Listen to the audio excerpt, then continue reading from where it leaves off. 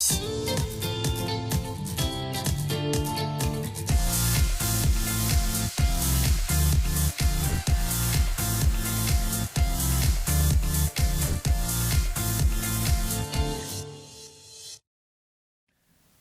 and welcome back to my ArundelBiz podcast. I'm Grayson Orfe. And I'm Rosa Cruz, keeping the seat warm for Allison Akers, who is on a much-deserved vacation. And today we are in Arnold, and we are going to be talking to a local entrepreneur who has just seen business boom, and you'll know why in the next few minutes. But I want to throw out some factoids to you all who are watching us today. Did you know that a few years ago, Good Call magazine rated the Annapolis area as one of the top places for women entrepreneurs? And here in Anne Arundel County, we have over 17,000 businesses that are headed or owned by women.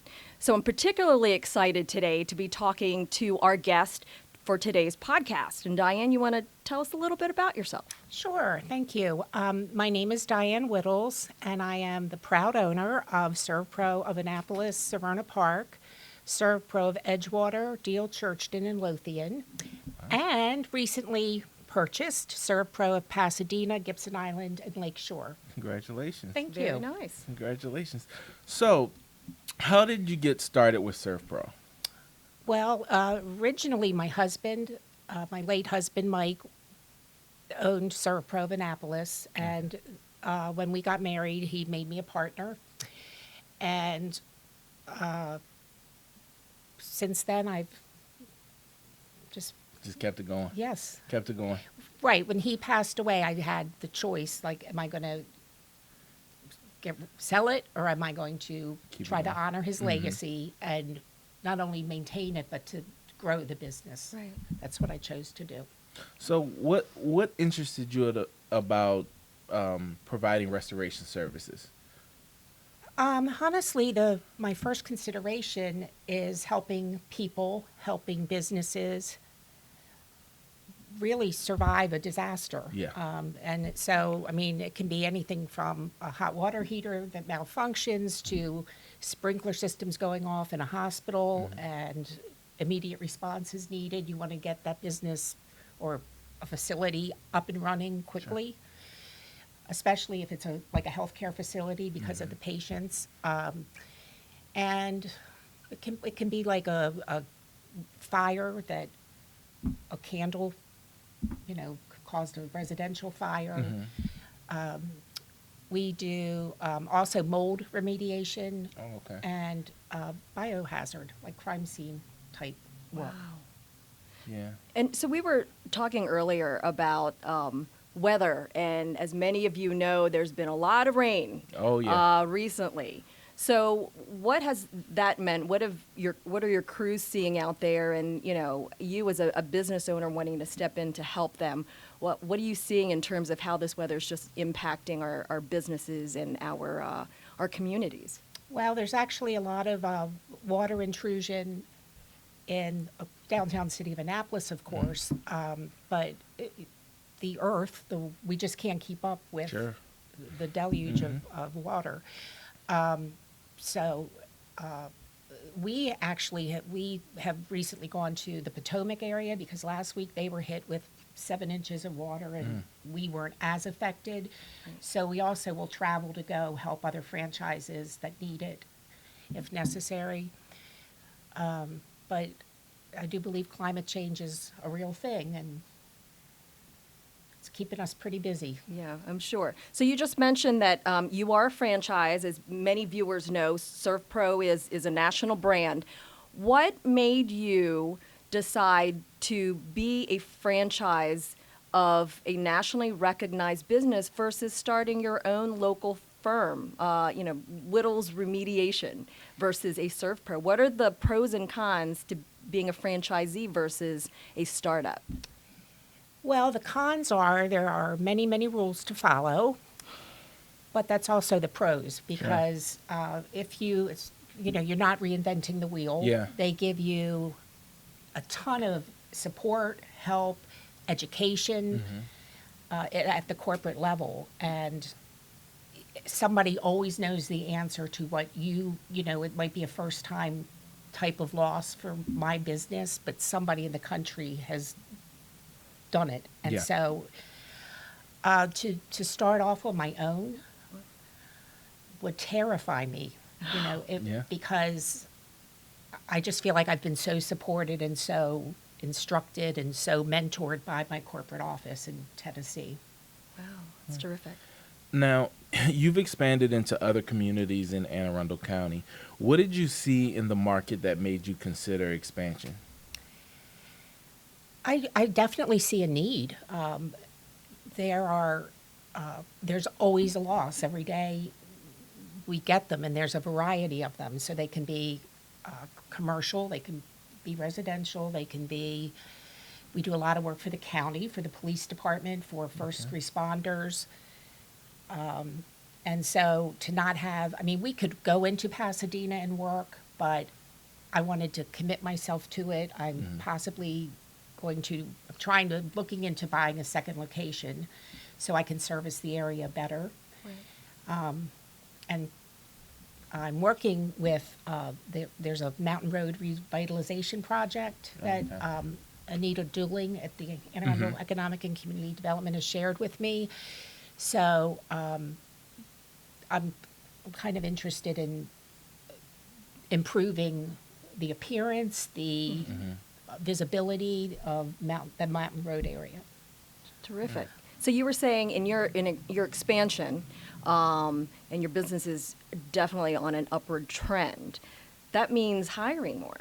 It does. Now, tell us a little bit about how your workforce has expanded and what kind of resources are available here in the county that you've been able to connect with to help you grow and train your workforce. Well, what's interesting, for the first 40 years I was involved with ServPro, I had no idea of the resources that were available to me through the county. Since I now know, I have used the Anne Arundel County Workforce Development to Scott Wallace there to actually recruit, to attend job fairs. They will send me any kind of candidate I ask for. They're not always hired, but we have hired a few that way. And the other really big plus is that I believe in education for all of my technicians. They have to be certified and have credentials. I never knew that the county would reimburse me for training my employees, for trying to keep them on a career path. Yep.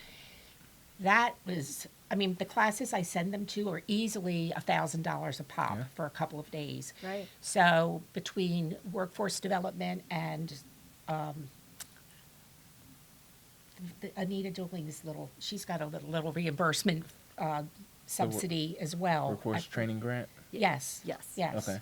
So I got like 90% of these classes covered as long as my employees pass the test. So I would encourage every business owner to look into that, because that's pretty amazing. That's terrific. And how many employees do you remember starting out with, and how many employees do you have now? Well, I can remember when we had 4 people. We now have 22. We could use 10 more. Wow. We advertise everywhere. It's really a tough job market right now, but we have positions open if you want me. But go to our website. Yeah. You can find out. But And what is your website in case we have a viewer Absolutely. that is interested in talking to you about human resources and joining your team? www.servproannapolis.com. Oh, terrific. Wonderful. Awesome. Now, as an established business owner, and you're doing it so well, what advice do you have to other people or other entrepreneurs that want to start their own business?